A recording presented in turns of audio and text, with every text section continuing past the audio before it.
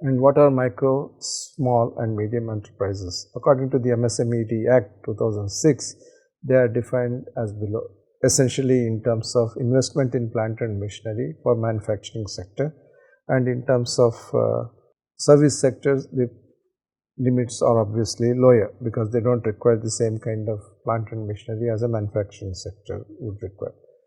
So, micro enterprises are defined as those that do not exceed 25 lakh rupees in terms of plant and machinery investment, 25 to 5 crores small enterprises, and 5 crore above but does not exceed 10 crore rupees medium enterprises. As we would see in some of the earlier slides related even to government's own approach to economic development, these investment limits have served to keep MSMEs for much longer time than necessary.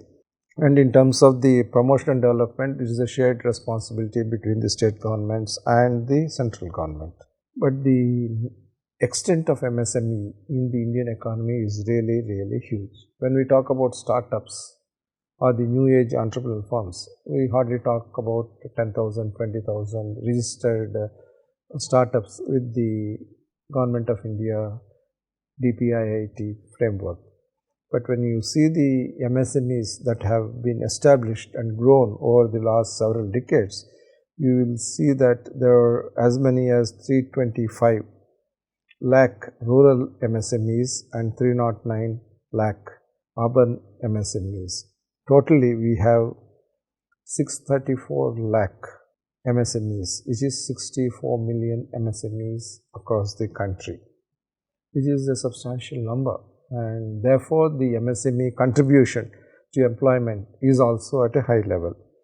And by nature of activity, 31% is in the manufacturing space, 33% is in the other services, and 36% is in trades, and electricity related activities are not existent so much. In terms of rural and urban share, 51% of MSMEs are in rural areas and 49% are in urban areas. We know that 33% of population lives roughly in urban areas and 67% lives in rural areas.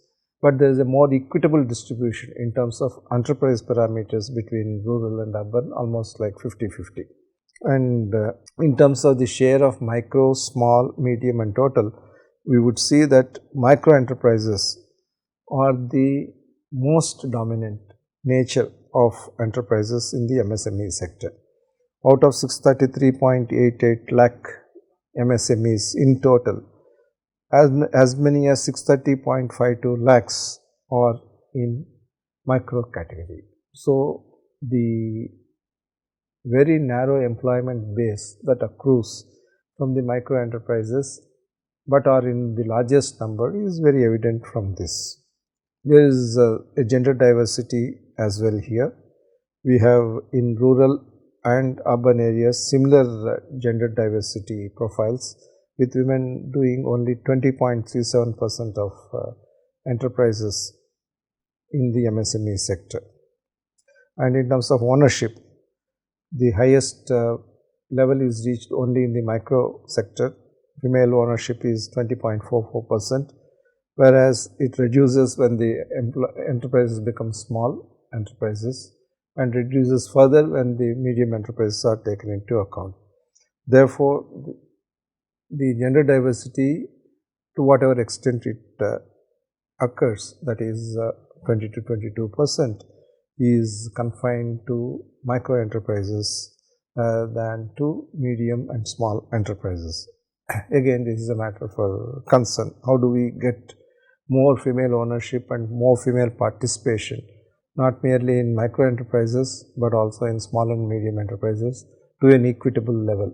It could be 33%, 40% or 50%. The role of MSMEs in the Indian economy is very substantial. As per the statistics released by the Government of India, over the last 6 years, the contribution in terms of the total gross value added has been consistently growing, and the share of MSME in the overall gross domestic product continues to be high, 29 to 30%. Therefore, the role of MSMEs cannot be underemphasized. Much as we would like MSME to become larger on a progressive basis and contribute even more effectively to GDP and employment, even now the employment potential, the cross value added potential, the GDP contribution potential of MSME sector is very high and very notable. If you look at the employment, you will find that considering all sectors, 498 lakh people are employed in the rural enterprises and 612 people are employed in the urban MSMEs. Again, considering that the rural and urban mix of enterprise was roughly 50-50, the urban MSMEs tend to provide greater employment relative to the rural MSMEs. The employment in the MSME sector is also distributed more or less in the same fashion. Manufacturing is at 32%, trade in terms of the MSMEs it was 36%, and in terms of the employment it is at 35%, other services are 33%. Electricity has got a marginal employment capability. And in terms of the rural and urban MSMEs, the ratios are urban has got higher MSME 55% and rural has got 45% MSME employment potential.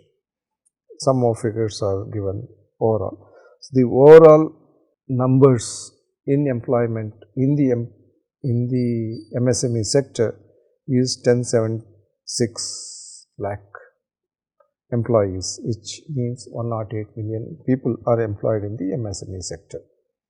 And the gender diversity is also 24% in terms of female and 76% in terms of male. We can look at comparatively how the employment in MSME sector has been growing over the last few years. We have two census, one conducted in 2006-07 and other conducted in 2015-16. When you look at the growth of MSMEs, the growth rate has been 6% around for manufacturing and services, whereas the employment growth has been only 3.6%. That is, the employment is at half the level of rate of growth as the overall enterprises. And in terms of growth in the two sectors of manufacturing and services, the growth in services is far higher in terms of employment than in terms of manufacturing. So, although the services in terms of enterprises established grow at the same rate, employment potential in MSME services grows at much higher clip compared to the manufacturing oriented MSME employment. We also have within the MSME sector something which is very unique and peculiar to India, which is village industries. There are 6 to 7 types of industries which are called village industries by the Government of India, based on minerals, based on agro and food processing industry, polymer and chemical based industry, forest based industry like extraction of honey, handmade paper and fiber industry, which assumes lot of importance given the need to ban plastic in use of disposable containers, etc. Then we have rural engineering and biotechnology industry, which talks about carpentry, blacksmithy and other native arts, and the service industry. Each of these industries has the potential to become an MSME firm over a period of time, and each such MSME firm also has the potential to get digitized and get connected to the mainstream industrial situation. There is no reason why honey developed out of a forest based industry at village level cannot be connected to internet marketing through the internet email companies such as Amazon and Flipkart. So, village industries could be taken to MSME level and then to the mainstream level through connectivity. And the employment in village industries is not small either. We have got 142 lakh people employed under village industry schemes. While that is the reality and that has been the state of MSME sector, the Economic Survey 2018-19 takes a different view on the MSME sector. It does acknowledge that MSME sector has to grow and provide productive employment to a larger number of people. However, based on its database, it observes that firms with less than 100 workers, which are more than 10 years old, they account for more than half of all organized firms in manufacturing by number.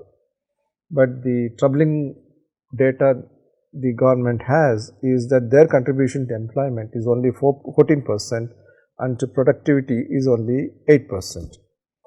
And the economic survey observes that in contrast, larger firms, that is employee count of more than 100 in each firm, account for 3/4 of such employment and close to 90% of productivity, despite accounting for 15% by number. It is a kind of 85-15 rule that is applying.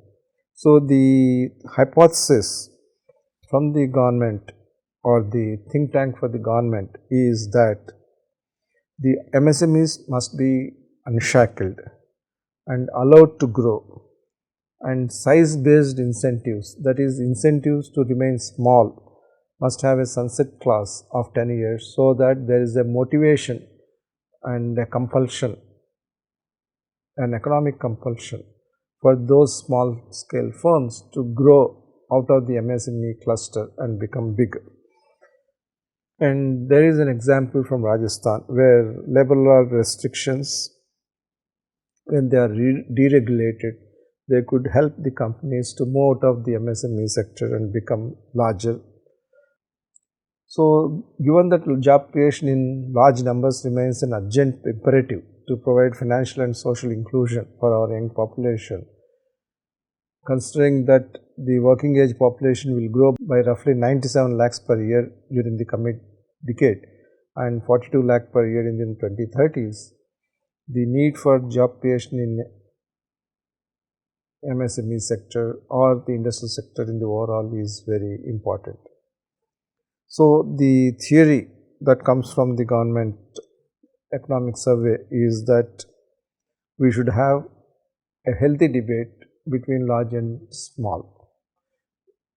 To what extent large industry contributes to economic development and employment potential versus the extent to which small industry has been constrained to provide the stagnant shares of employment and productivity. This is the debate which the economic survey tries to publish. There is a number of data points which are available along with this.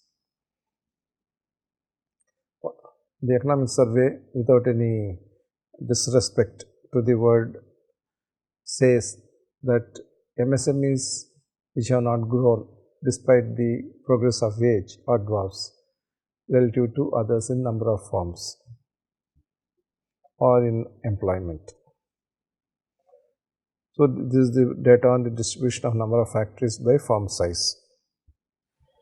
According to economic survey, the findings dispel the common notion that small firms generate the most employment. According to the survey, small firms may generate a higher number of new jobs. However, they destroy as many jobs as well. An uncanny reference can be interpreted in terms of entrepreneurial firms generating new jobs, but also destroying many jobs. Thus, higher levels of job creation in small firms coexist with job destruction, thereby leading to lower levels of net job creation. This common perception also stems from the fact that the effect of size confounds the effect of age. Specifically, most young firms are small, though most small firms are not young, at least in the Indian context. Absent careful distinction between the effect of age versus that of size, the notion that small firms create jobs has prevailed because it is the young firms who also happen to be small create the most jobs. To establish this fact, the proportion of firms, share of employment and share of NVA by age has been economic survey. So, the conclusion is that firms less than 10 years of age account for about 30% of employment and about half of the NVA. And the crucial note is that share in employment as well as the share in NVA trend downwards with an increase in firm age. So, small firms create higher net value addition, they create higher employment, but as they age, the impact gets declining. This is despite the fact that young firms are on average smaller than older firms. Therefore, the growth effect should be higher on a smaller base. Yet, the decline with the age of the employment potential and NVA potential of young MSME sector is something which the economic survey is worried about. These are some statistics. As the age of a small firm increases, their share in the total kind of declines, the employment share as well as the NVA share. So, let's look at Startup India in this context. We have got a fair picture of how MSME sector can create employment. Its impact can be huge, creating lakhs of jobs across the nation through lakhs of enterprises. And it could also be a very powerful instrument for rural-urban inclusive growth. It could also be a very powerful instrument for inclusive gender diversity. So, there is a lot of merit in promoting MSME sector, and as the economic survey observes, if the MSME sector is encouraged to age with higher productivity and higher contribution to NVA, that would be the golden formula for the economy. Now, having stated that premise, let us look at Startup India and what does economic surveys talk about in terms of Startup India and its potential. Some facts here. The government has got a system to register startups which are willing to get registered. So, under the Startup India Stand Up initiative, which was commenced on August 15, 2015, an ecosystem which is conducive to the growth of startup enterprises has been thought of by the Government of India, headed by Honorable Prime Minister of India, Narendra Modi ji. As on March 1, 2019, 16,578 new startups were recognized across 499 districts, and 47% of these were from Tier 2 and Tier 3 cities, and 46% of recognized startups have at least one woman director, which is an encouraging sign. And if you see the distribution, 10 states out of the 28 states and 9 union territories we have figure somewhat high in terms of the percentage of registered startups. So, you look at it, the startup development is skewed in terms of certain regions. Maharashtra, Karnataka and Delhi account for double-digit proportion of the total recognized startups, whereas the other states, other 7 states mentioned here, have lower low single-digit numbers in terms of proportion. This is because Maharashtra has got the Pune-Mumbai region, Karnataka has got the Bengaluru region, and Delhi has got the Gurugram region, which serve as very powerful startup hubs. And Uttar Pradesh has got Noida, Telangana has got Hyderabad. So, wherever there are clusters of startups which have a startup culture, those states have thrown in a higher percentage of recognized startups. And in terms of industry percentage, 15% is in IT services, 9% is in healthcare and life sciences, and 8% is in education. The others contribute to 3 to 4% in terms of finance technology, renewable energy, Internet of Things, technology hardware. And again, alluding to the discussion we had in another module, the trend needs to be reversed. If you look at either US or China, which are higher top ranking countries in terms of startup evolution, much of the startup development has been in areas of artificial intelligence, mobile technology, digitalization, Internet of Things, etc. Whereas here we are still in IT services and e-commerce, e-tail in terms of startup phenomenon. There is therefore a need for a more secular industrial distribution in terms of startup objectives. These are some of the trends in India's startup scenario. Many of these trends have been considered by us in earlier chapters, but this gives one panoramic and one short view of the trends in India's startups. The fundraising has grown phenomenally from $3.5 billion in 2016 to $7.5 billion in 2018.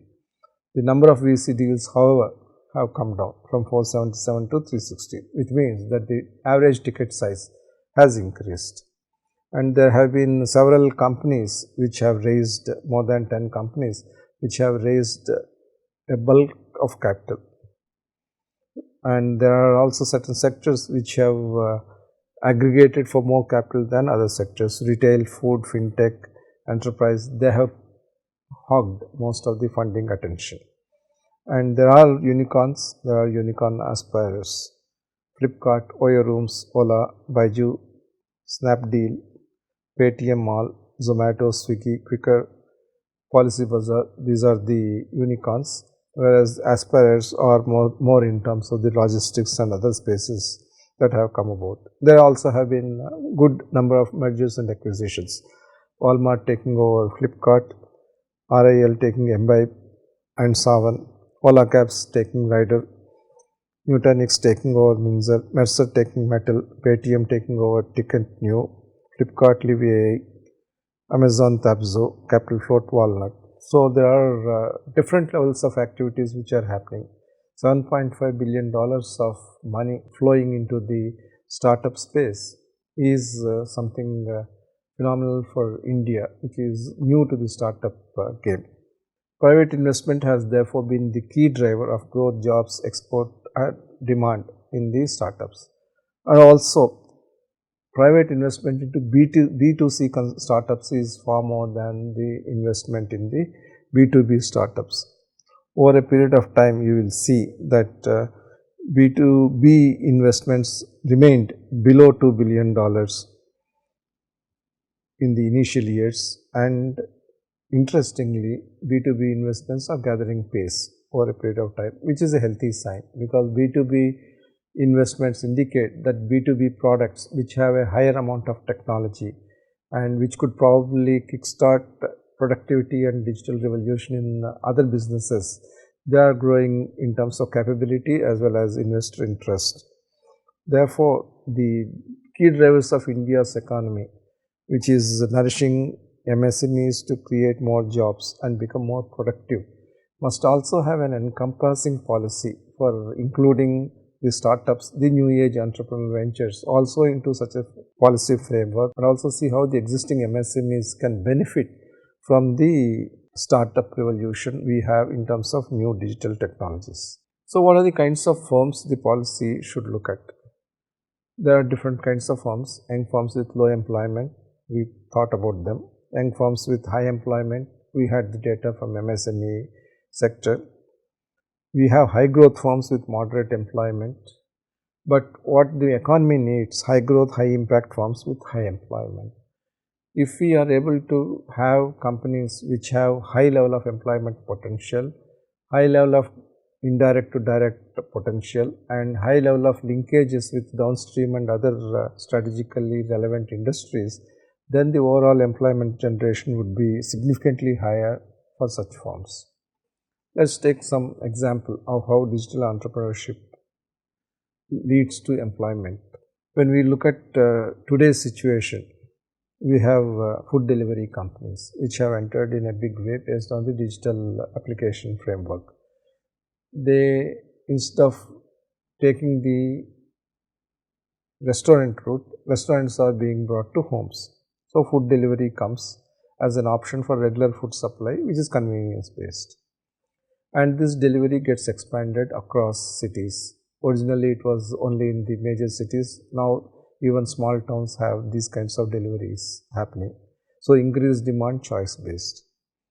But when this food delivery gets diversified into establishment of cloud kitchens, which will have their own characteristic models of recipe preparation and also quality assurance, we are taking the food delivery to a higher level. And when that is further complemented with customized nutrition plans which ensure that healthy food is served to different strata of population, then there would be an additional potential for newer food startups which focus on this kind of end-to-end food supply and consumption pattern in the overall population. So, when we look at the current food delivery, from 2016 we just had 25,000 employees strength, and when we say employee strength, it includes the delivery fleet as well. It has phenomenally grown over the last 3-4 years to 500,000, and it is projected that by March 31, 2020, there would be 560,000 employees just in the food delivery area. Food technology has been growing at a much faster pace than any other online sector in India, mainly because of the choice that is provided, because of the 24/7 nature of the operation, and it is likely to be a $5 billion market, and the entry of companies such as Amazon into this space is likely to lead to further expansion in the food delivery. And aggressive expansion of Swiggy and Zomato into smaller cities will also ensure that there are more feet on the ground. But again, as we discussed earlier, it is a service industry. It is not likely to take India onto the top pedestal in terms of entrepreneurship, which is technology driven. So we require these things. We require employment created by these kind of ventures, but also we need employment created out of technology based ventures. So digital entrepreneurship and employment have had the biggest success in the e-commerce space in India. In 2016 financial year, $23 billion has been the estimated e-commerce business in India. This is expected to reach $69 billion in 2020. That is, in 4 years, the growth is likely to be 3 times. That is the estimate of e-commerce, and the compound annual growth rate is as high as 31%. And the potential to create jobs is very high. 1.4 million jobs are likely to be created by 2021, which also includes 1 million jobs in logistics and warehousing sector. Again, looking at it from the point of view of manufacturing products, the proportion in the additional jobs that are getting created is only 33%. The bulk of the jobs are getting created in delivery in terms of warehousing. So the question that arises, if you really look at the food tech example we have seen, and in the e-commerce example which we are now seeing, are we going to have a manufacturing oriented economy, or are we going to have a delivery oriented economy? And what are the bets we should place in terms of entrepreneurship? Is it just to kind of make the people less mobile and the products more mobile, or do we need to make entrepreneurship an engine of growth in high technology areas? Where do we have the balance between gross employment numbers that these kinds of activities generate versus the global competitiveness and therefore greater sustainable industrial wealth that high technology entrepreneurial enterprises can generate? It is again a question for research. And the online, reverting to our e-commerce situation, online seller base is projected to grow to 1.3 million by 2020, and will also contribute as much as 10 million net job pool to the overall employment situation. And with about 70% of e-commerce taking place from interior towns, e-commerce entrepreneurship will also have a diversified socio-economic impact. So the positive impact in terms of consumer satisfaction and in terms of employment generation, in terms of socio-economic equity of e-commerce is undisputed. This was the thing which has to happen, and it is good that it has been happening. But it also came with certain other deficiencies which we discussed earlier, like the huge spurt in the packaging material that is used, the huge spurt in fuel costs that has come about, the distancing of the goal of circular economy through these kinds of consumption driven activities. We have discussed this in earlier modules. And like with all our economic choices, the right choices have to be made given that we all have a huge number of options to choose from. So which is the right mix that drives us towards a sustainable and circular economy in the overall, and which also provides gainful employment to the maximum number of people in fact to the full number of people. That is the economic challenge we have. And again, to stay within the e-commerce ambit, for every job that is created by the e-commerce industry, 3 to 4 jobs can easily get created in the downstream industries.